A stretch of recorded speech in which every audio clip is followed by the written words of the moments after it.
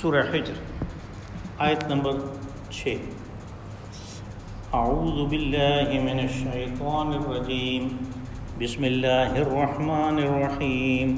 وقالوا یا ایہا الذی نزل علیہ الذکر انک لمجنون لو ما تأتینا بالملائکۃ ان کنت من الصادقین ما ننزل الملائکۃ الا بالحق وما كانوا اذا منظرین انا نحن نزلنا الذکر وانا له لحافظون وَلَقَدْ أَرْسَلْنَا مِن قَبْلِكَ فِي شِيَعِ الْأَوَّلِينَ وَمَا يَأْتِيهِم مِّن رَّسُولٍ إِلَّا كَانُوا بِهِ يَسْتَهْزِئُونَ كَذَلِكَ نَسْلُكُهُ فِي قُلُوبِ الْمُجْرِمِينَ لَا يُؤْمِنُونَ بِهِ وَقَدْ خَلَتْ سُنَّةُ الْأَوَّلِينَ وَلَوْ فَتَحْنَا عَلَيْهِم بَابًا مِّنَ السَّمَاءِ فَظَلُّوا فِيهِ يَعْرُجُونَ لقالوا انما سكرت ابصارنا بل نحن قوم مسحورون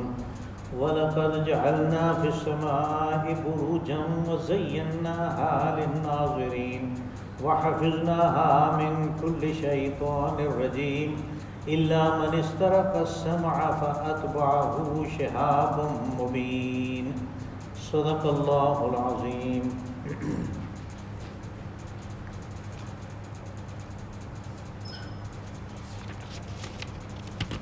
وقالوا یا ایہا الذی نزل علیہ الذکر انک لمجنون، اور کہنے لگے، یہ کفار مکہ کی بات ہو رہی ہے، کہ وہ شخص جس کا یہ دعویٰ ہے کہ مجھ پہ یہ ذکر اترا ہے، آپ تو خبتی نظر آتے ہیں۔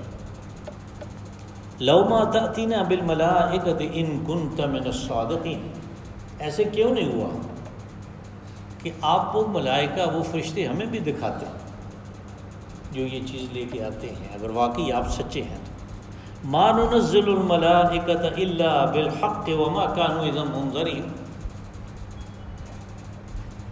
ہم ملائکہ تو نہیں اتارتے مگر اس وقت جب فیصلہ کرنا مقصود ہوتا ہے، اور پھر اس وقت کسی کو مہلت نہیں دی جاتی۔ انا نحن نزلنا الذکر وانا له لحافظون، اور بے شک یہ ہم ہی ہیں جنہوں نے اس کو اتارا ہے اور ہم ہی اس کے نگہبان ہیں۔ وَلَقَدْ أَرْسَلْنَا مِن قَبْلِكَ فِي شِيَعِ الْأَوَّلِينَ، اور یہ کہ رسول ہم نے پہلے بھی قوموں میں بھیجے۔ وَمَا يَأْتِيهِم مِّن رَّسُولٍ إِلَّا كَانُوا بِهِ يَسْتَهْزِئُونَ، اور ایسے کبھی نہیں ہوا کہ کوئی رسول آیا ہو اور اس کی دعوت کے جواب میں اس کے ساتھ استہزاء نہ کیا گیا، ٹھٹھے مخول نہ کیے گئے۔ كَذَلِكَ نَسْلُكُهُ فِي قُلُوبِ الْمُجْرِمِينَ، یوں ہم اسے ایک سلاخ کے طور پہ مجرمین کے دلوں میں سے گزار دیتے ہیں۔ لا يؤمنون به وقد خلت سنت الاولین، اور وہ پھر اس پہ ایمان نہیں لا سکتے، اور یہی پہلو کا طور طریقہ بھی رہا ہے۔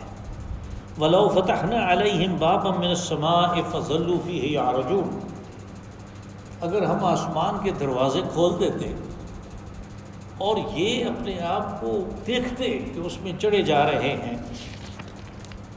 لَقَالُوا إِنَّمَا سُكِّرَتْ أَبْصَارُنَا بَلْ نَحْنُ قَوْمٌ مَّسْحُورُونَ، تو اس وقت بھی یہ کہتے کہ ہماری آنکھیں چتھا گئی ہیں، ہماری نظر بندی کر دی گئی ہے، بلکہ یہ ہوا کہ ہمارے اوپر جادو ہو گیا۔ وَلَقَدْ جَعَلْنَا فِي السَّمَاءِ بُرُوجًا وَزَيَّنَّاهَا لِلنَّاظِرِينَ، اور تحقیق ہم نے آسمان میں منطقے بنائے اور اس کو خوبصورت بنایا دیکھنے والوں کے لیے۔ وَحَفِظْنَاهَا مِن كُلِّ شَيْطَانٍ رَجِيمٍ، اور ہر شیطان مردود کی پونچھ سے اس کو محفوظ کیا۔ إِلَّا مَنِ اسْتَرَكَ السَّمْعَ فَأَتْبَعَهُ شِهَابٌ مُّبِينٌ، ہاں اگر کوئی چوری چھپے سن گن لینے کی کوشش کرے تو ایک دمکتا ہوا شہاب اس کا تعاقب کرتا ہے۔ یہاں پہ کفار مکہ کا سب سے پہلے جو ایک اعتراض تھا اس کا تذکرہ ہے، اور انہوں نے جس طریقے پہ یہ کیا وہ ایک طنز کی کیفیت ہے۔ تو قالوا یا ایھا الذی نزل علیہ الذکر انک لمجنون، کہ وہ شخص جو دعویٰ کر رہے ہو کہ یہ میرے اوپر آسمانوں سے اترا ہے، اللہ نے اتارا ہے، ملائکہ لے کے آئے ہیں اس کتاب کو، قرآن پاک کی بات ہو رہی ہے، تو وہ پہلے آپ کی اور آپ کے ساتھیوں کے حالات کیوں نہیں درست کر دیتے؟ آپ کے مقابلے میں تو ہم مرفعال ہیں، ہم خوشحال ہیں، ہماری زندگی میں سکون و اطمینان ہے، ہماری معیشت درست ہے، آپ کی نسبت۔ تو یہ چیز سامنے ظاہر کرتی ہے کہ ہمارا طور طریقہ وہ زیادہ پسندیدہ ہے اللہ کے ہاں۔ اس نے ہمارے اوپر انعام و اکرام کی بارش کی، دعویٰ آپ کا یہ ہے کہ یہ کتاب میرے اوپر اتری، اور پھر اس کتاب میں یہ ہے کہ یہ لوگ جو اس کو اللہ کی طرف سے آئی ہوئی نہیں مانتے ان کو عذاب ہوگا، جبکہ ہم دیکھتے ہیں کہ عذاب تو آپ کو دیا جا رہا ہے، آپ کے ساتھی جو ہیں ان کو کتنی تکلیف میں مبتلا کیا جا رہا ہے۔ تو اس کے باوجود یہ دعویٰ ایسے نظر آتا ہے کہ جیسے آپ کا دماغ چل گیا ہے، ایسے نظر آتا ہے کہ جو آپ کو خبط ہو گیا۔ ایک چیز سامنے نظر آ رہی ہے کہ نتیجہ یہ ہونا چاہیے، آپ اس کو بالکل الٹی بات کر رہے ہیں۔ انک لمجنون، مجنون کا لفظ اصل میں جنس کے فعل سے مفعول ہے، کسی کے اوپر جن کا سایہ ہو گیا، اب وہ جن جس نے اس کو قابو کر لیا وہ اس کو اس کے دماغ سے نہیں سوچنے دیتا، وہ اس کی جو اعضاء کی حرکات ہیں وہ اپنے کنٹرول میں کر لیتا ہے، تو اس کی حرکات جو ہیں وہ ایک پاگل کی سی ہوتی ہیں، اس لیے ایسے شخص کو مجنون کہا گیا۔ تو رسول اللہ صلی اللہ علیہ وسلم کے لیے یہ لفظ استعمال ہوا، شاعر کا لفظ استعمال ہوا، اس طرح اور مکہ والوں نے گھٹیا قسم کے القابات سے آپ کو نوازا، تو اس کا جواب تو اللہ نے فوراً دے دیا۔ نہیں، دوسری اس میں یہ بات انہوں نے کہی کہ لو ما تأتینا بالملائکۃ ان کنت من الصادقین، لو ما، ایسے کیوں نہیں ہوا کہ فرشتہ جو لے کے آتا ہے تمہارے پاس کتاب اس کو ہمارے بھی سامنے کرو، ہم بھی دیکھیں کہ وہ کیا کہتا ہے، کہاں سے لایا ہے، کس روٹ سے آیا ہے، کیا کرتا ہے۔ اگر آپ اپنے دعوے میں سچے ہیں کہ میرے اوپر فرشتہ آتا ہے تو وہ فرشتہ ہمیں دکھاؤ۔ ایسے کیوں نہیں ہوا، لو ما، ایسے کیوں نہیں ہوا کہ وہ ملائکہ جو ہے وہ ہمارے سامنے حاضر کیا جاتا؟ اگر آپ اپنے دعوے میں سچے ہیں تو یہ کر دیں، ما ننزل الملائکۃ الا بالحق وما كانوا اذا منظرین۔ اس کا تو فوری جواب اللہ نے دیا کہ ملائکہ ہم اتارتے ہیں فیصلے کے وقت، یعنی ملائکہ زمین میں ویسے ہی لوگوں کو قائل کرنے کے لیے کہ یہ اللہ کے رسول ہیں، یہ جو کتاب ہے یہ اللہ کی طرف سے آئی ہے، لوح محفوظ سے آئی ہے، اور وہ یہ بات کہنے کے لیے لوگوں میں نہیں آتے۔ اگر لوگوں کا یہ مطالبہ ہے کہ ہمیں انسانوں کے بجائے ملائکہ آ کے یہ بات کہیں تو یہ مطالبہ پورا نہیں ہوگا، اس لیے یہ پورا کر بھی دیا جائے تو انہوں نے اور کوئی بہانہ تراش لینا ہے ایمان نہ لانے کے لیے۔ بالحق سے مراد یعنی ما ننزل الملائکۃ الا بالحق، بالحق سے مراد فیصلے کے وقت، اور یہ فیصلے ہوئے جو اس سے پہلے مکہ میں اترنے والی صورتوں میں واضح کر دیے گئے۔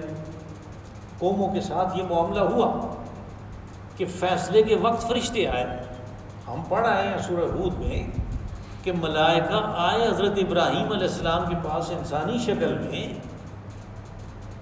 تو وہ بھی نہیں پہچان سکے کہ یہ ملائکہ ہے، یہ فرشتے ہیں۔ اب یہ لوگ جو ہیں یہ کہتے ہیں کہ ہمارے سامنے کرو ان کو، تو سامنے کرے انسانی شکل میں، تو جب ابراہیم علیہ السلام نہیں پہچان سکے تو یہ کیسے پہچان لیں گے؟ انہوں نے تو پھر وہی بات کہی ہے کہ کہیں سے پکڑ کے لے آیا۔ ابراہیم علیہ السلام کے پاس جب آئے تو جب میں کہتا ہوں کہ وہ نہیں پہچان سکے، وہ یہ ہے کہ وہ مہمان نواز تھے، تو وہ فوراً گئے اور ایک بچڑا ڈھونڈ کے ان مہمانوں کے لیے لے آئے۔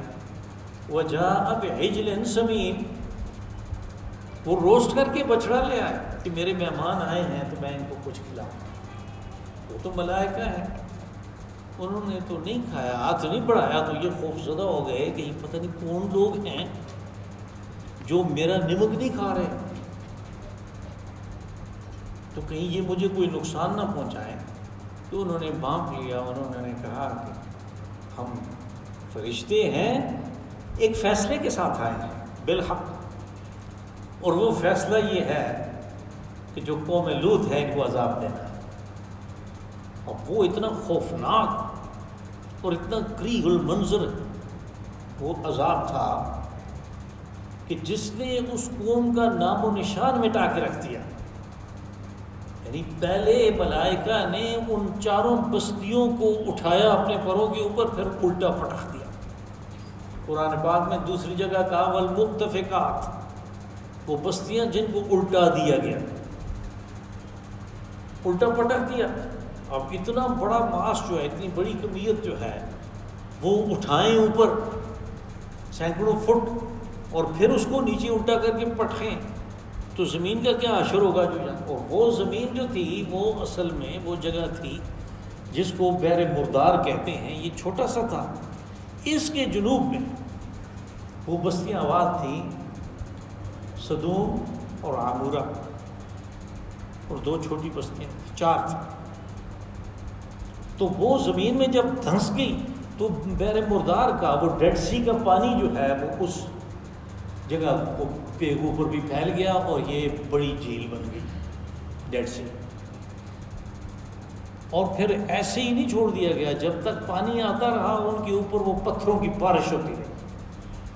فرشتے اس کام کے لیے آتے ہیں۔ کہا ما ننزل الملائکہ الا بالحق۔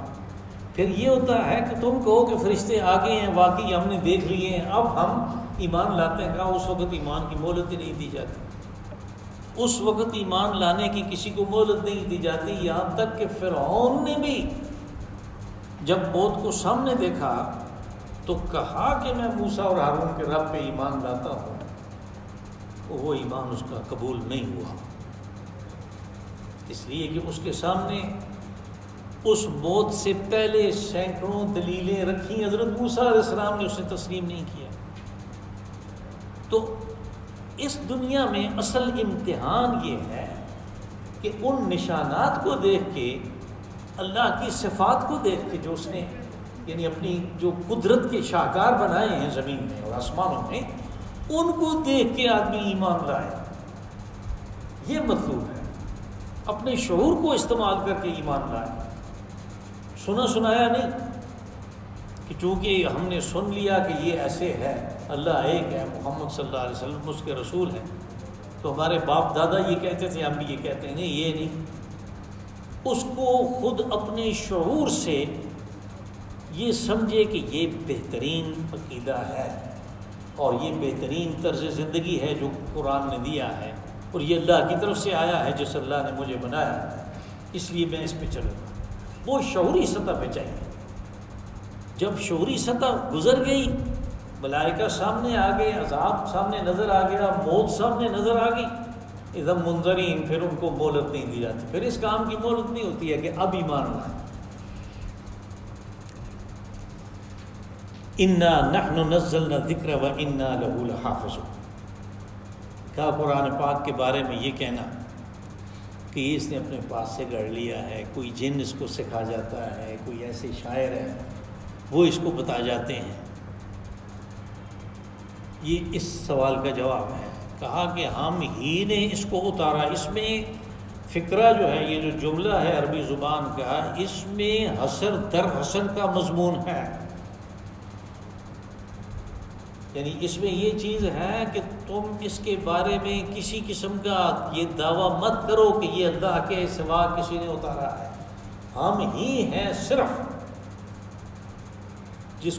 جو اس کو اتارتے ہیں، اور ہم ہی اس کے نگہبان ہیں۔ یعنی دوسری صورت تو یہ بھی ہو سکتی ہے نا کہ وہ کہیں کہ ٹھیک ہے اس کے بارے میں یہ دعویٰ کرتے رہیں، ہم اس کتاب کا نام و نشان مٹا دیں گے، اس کے مقابلے میں کوئی اور چیز لے آئیں گے، کوئی ایسے کر لیں گے ویسے کر لیں گے۔ یہ کہ اللہ نے کہا تم یہ بھی نہیں کر سکو گے، اس کی بقا کا یہ وعدہ میرا ہے، یہ میرا کلام ہے، میں اس کی حفاظت کروں گا۔ اب یہاں سے اصل میں ختم رسالت کا ثبوت ملتا ہے۔ سابقہ انبیاء کی جو کتابیں ہیں جن کا تذکرہ قرآن پاک میں بہت دفعہ ہے، صحف ابراہیم، صحف موسیٰ، تورات ہے، انجیل ہے، زبور ہے، ان ساری کتابوں کا اللہ نے کہا کہ یہ میری اتاری ہوئی ہیں، تم ان پہ ایمان لاؤ، ہمارا ایمان ہے۔ یہ اس نے کسی جگہ بھی نہیں کہا کہ میں اس کی حفاظت کروں گا، اس لیے کہ اس کی حفاظت کرنا قوم کی ذمہ داری تھی۔ جن کو یہ کتاب دی گئی، جن کے اوپر اللہ نے احسان کیا، یہ ان کی ذمہ داری تھی کہ اس کو وہ پورا کریں، اس کی حفاظت کریں۔ وہ حفاظت نہیں کر سکے۔ ان کے جو امراء تھے وہ اپنے دولت کے زور پہ اس پہ تبدیلیاں کرواتے رہے۔ ان کے جو حکمران تھے انہوں نے اپنے اقتدار کو طول بخشنے کے لیے اس میں تبدیلیاں کروائیں۔ ان کے جو صاحب مال و حیثیت تھے انہوں نے اس کے احکامات میں تبدیلیاں کروائیں اپنی دولت کو اور زیادہ انبار لگانے کے لیے اور بچانے کے لیے۔ وہ کچھ بھی نہیں کر سکے۔ جب وہ حفاظت نہیں کر سکے تو جب موسیٰ علیہ السلام کی تعلیمات ختم ہو گئیں، اصل کتاب مسخ ہو گئی، تو پھر لازمی تھا کہ اور رسول بھیجے جاتے، اس لیے کہ اللہ کا یہ وعدہ ہے کہ میں انسانوں کو بغیر رسالت کے، بغیر ہدایت کے نہیں چھوڑتا، میری مخلوق ہے، یہ میرا کنبہ ہے۔ اگرچہ میں نے اس کو عقل دی ہے اور مجرد عقل کی بنیاد پہ یہ قابل مواخذہ ہے، لیکن یہ اس کا وعدہ ہے کہ میں مزید اس کے اوپر انعام کروں گا کہ اس کے لیے اس راستے پہ چلنا آسان کرنے کے لیے میں رسول بھیجوں گا، میں کتاب بھیجوں گا۔ اور جب اللہ نے اپنے آخری رسول کو بھیجا تو اس کے ساتھ آخری کتاب کو بھیجا، تو اس کتاب کی حفاظت کا ذمہ خود لیا، اس لیے کہ اللہ کے کلام کو، اللہ کی کتاب کو محفوظ رکھنا یہ انسانوں کے بس کی بات نہیں ہے، اس لیے کہ وہ تو ہر چیز میں اختلاف کرتے ہیں۔ چنانچہ قرآن پاک کے اوپر تاریخ، جو انسانی تاریخ ہے، اس میں ہم دیکھتے ہیں کہ بے شمار حملے ہوئے اور ہو رہے ہیں، لیکن اس کی حفاظت کا جس نے ذمہ لیا ہے اس نے اس کو محفوظ رکھا ہے، محفوظ رکھا۔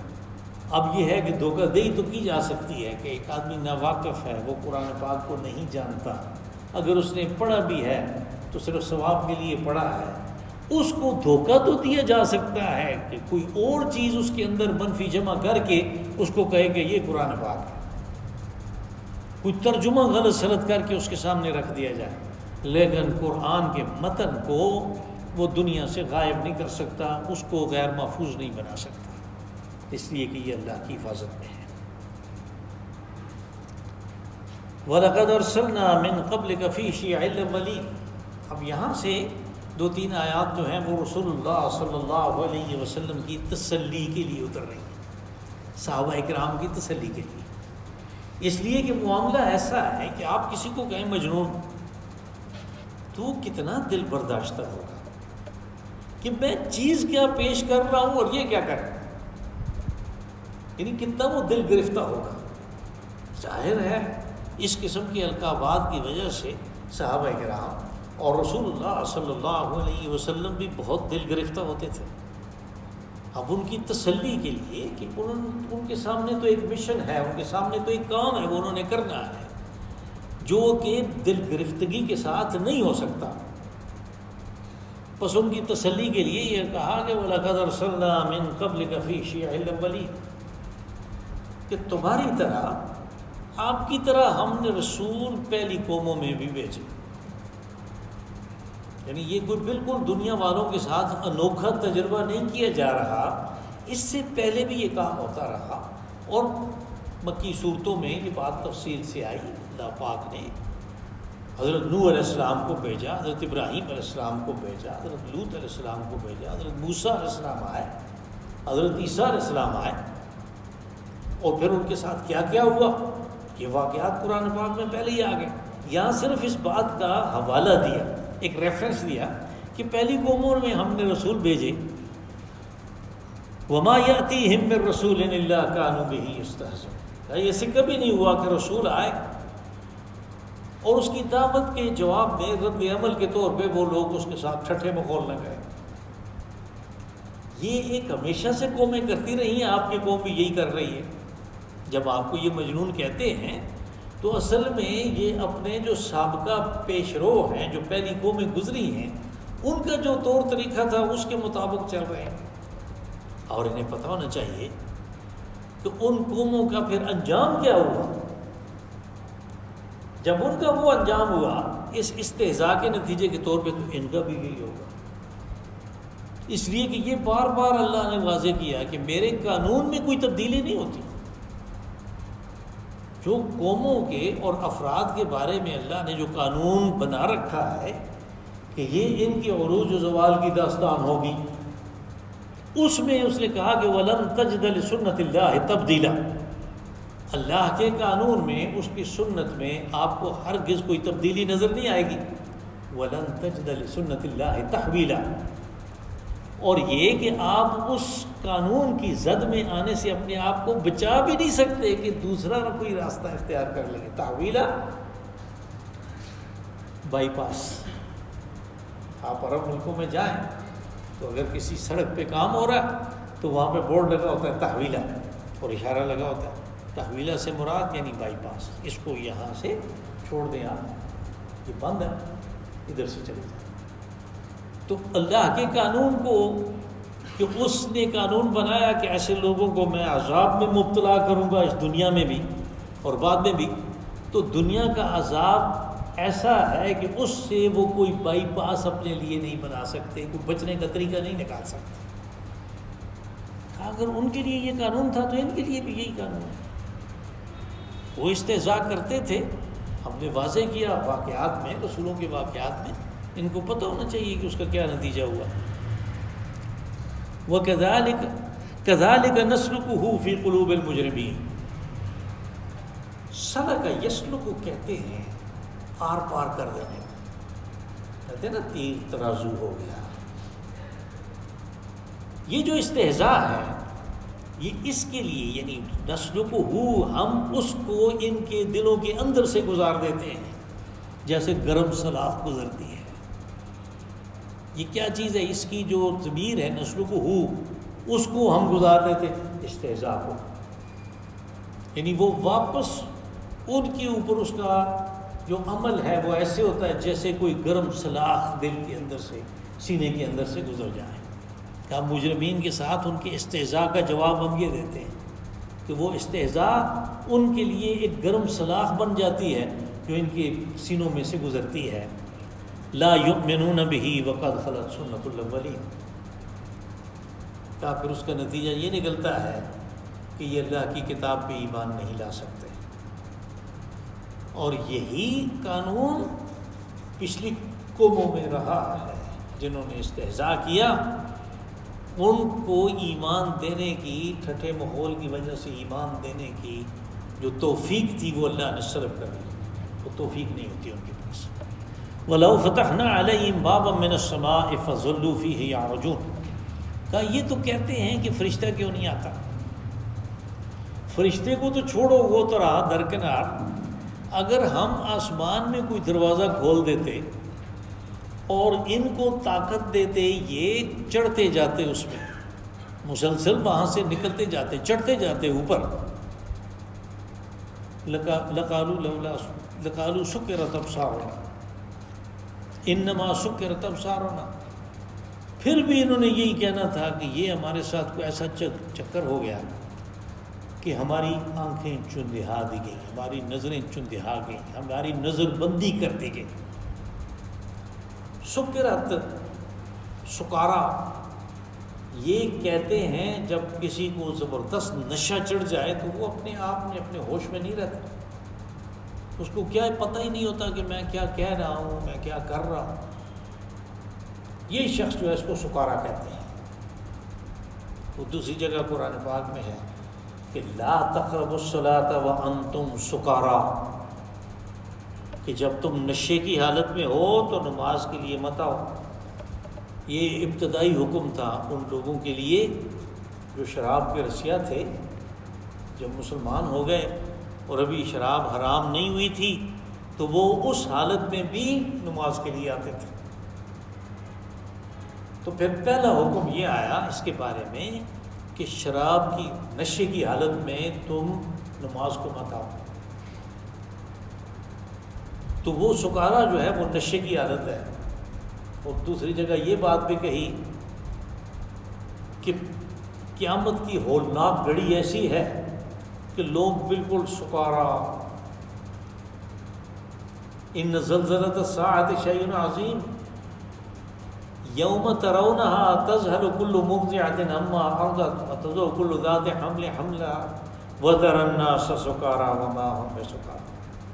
کیا وہ گھڑی ایسی ہے کہ جو حاملہ مادہ ہیں، انسانوں کی مادہ سمیت ان سب کا حمل گر جائے گا، وہ اسقاط ہو جائے گا، وہ ابارشن ہو جائے گی۔ وہ گھڑی اتنی ہولناک ہے۔ اور کہا کہ تم دیکھو گے کہ جو دودھ پلانے والی مادہ ہیں یہ اپنے ان شیرخوار بچوں کو پھینک کے بھاگیں گی، اور لوگوں کی حالت ایسے ہوگی جیسے نشے میں ہیں، ان کو پتہ ہی نہیں ہے کدھر جا رہے ہیں، کیا کر رہے ہیں، سکارا۔ ولیکن عذاب اللہ شدید۔ تو یہ جو سکرت ہے، یعنی یہ انہوں نے کہا کہ ہمیں مسحور کر دیا گیا، ہمارے اوپر جادو کر دیا گیا، ہماری نظر بندی کر دی گئی، ہمیں تو پتہ ہی نہیں ہے کہ ہم آسمان پہ چڑھ گئے تھے۔ کہتے ہیں فرشتے آئے، نے کہا کہ ہم اگر آسمان میں بھی ان کو چڑھا دیتے تو انہوں نے پھر بھی نہیں ماننا تھا، انہوں نے کہنا تھا نہیں ہمارے اوپر جادو ہو گیا، ادھر گئے شے کچھ بھی نہیں ہے۔ بل نحن قوم مسحورون، سحر سے مفعول ہے مسحور، یعنی ہمارے اوپر جادو کر دیا گیا۔ وَلَقَدْ جَعَلْنَا فِي السَّمَاءِ بُرُوجًا وَزَيَّنَّاهَا لِلنَّاظِرِينَ۔ اب دیکھیں یہ ایک ترتیب ہے، یعنی وہ قرآن پاک کے اندر دیے ہوئے دلائل کو ماننے کے لیے تیار نہیں ہے، اور پھر کہتے ہیں کہ فرشتہ ہے، فرشتوں کا جواب آ گیا۔ پھر کہا کہ اگر آسمان میں بھی ہم دروازے کھولیں تو انہوں نے تو اس کو بھی کچھ بہانہ بنا لینا ہے۔ اب بتایا کہ اصل چیز کیا ہے جو تمہارے لیے غور کرنے کی اور نتیجے کے طور پہ ایمان لانے کی۔ جب غور کرو گے تو ایمان خود بخود لاؤ گے۔ کہ سب سے پہلے توجہ دلائی آسمان کی طرف۔ ہم نے آسمان میں منطقے بنائے، بروج، برج کی جمع ہے، برج تو اصل میں کہتے ہیں قلعے کو، محل کو کہتے ہیں برج۔ برج خلیفہ آپ نے سنا ہی ہوگا، عمارت ہوتی ہے مضبوط قسم کی۔ تو کہا کہ ہم نے آسمان میں منطقے بنائے، اور پھر اس کو ویسے ہی کوئی چٹیل ایسا نہیں بنا دیا کہ لوگ اوپر دیکھنے سے نفرت کریں، اوپر دیکھیں ہی نہیں، ان کے سامنے اندھیرا ہو، نہیں۔ وَزَيَّنَّاهَا لِلنَّاظِرِينَ، ہم نے مزین کیا، اس کو خوبصورت بنایا، اس کے اندر سامان تزئین رکھا ان لوگوں کے لیے جو آنکھ کھلی رکھتے ہیں۔ یہاں پہ ناظرین بظاہر تو دیکھنے والے ہیں، لیکن دیکھنے والوں کی بھی کئی قسمیں ہوتی ہیں۔ کوئی دیکھ کے اس کے پیچھے جو اصل حقیقت ہے اس کو پا لیتے ہیں، ان کی دل کی آنکھ کھلی ہوتی ہے۔ کوئی وہ ہیں کہ ظاہر کو دیکھتے ہیں، وہ کہتے ہیں کیا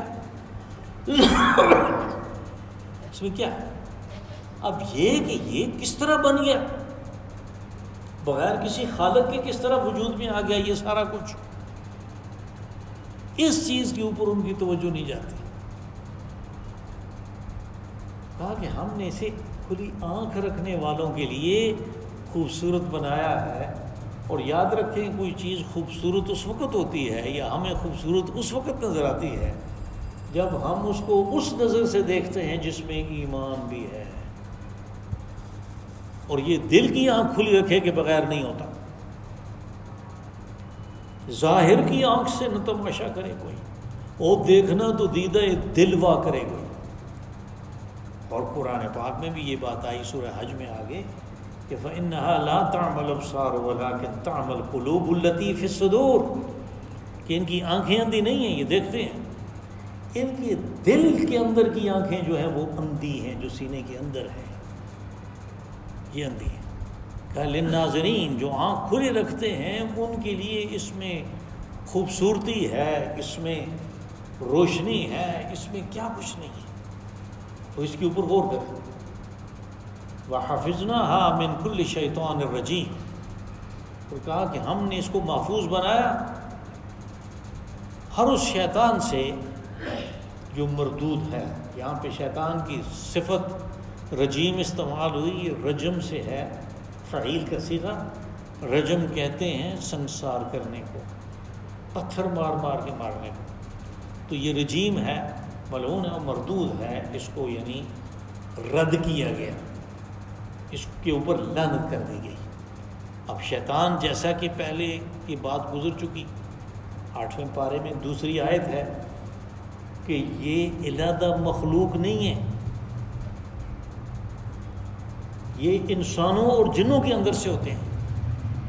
شیاطین الانس والجن یوحی بعضهم الی بعض زخرف القول غرورا، اللہ نے ان کی صفت بیان کی کہ یہ اگر تم پہچاننا چاہو کہ شیطان کون ہے تو یہ وہ بات کرتا ہے، شیطان ایسی بات کرتا ہے جو ملمح شدہ ہے، اوپر اور ہوتی ہے، اس کے اندر اور ہوتی ہے، اندر اور ہوتی ہے۔ کہتا ہے ہم انسانیت کے حقوق، یعنی حقوق انسانی کی بات کرتے ہیں، اور بم مار کے 2.5 لاکھ آدمی مار دیا،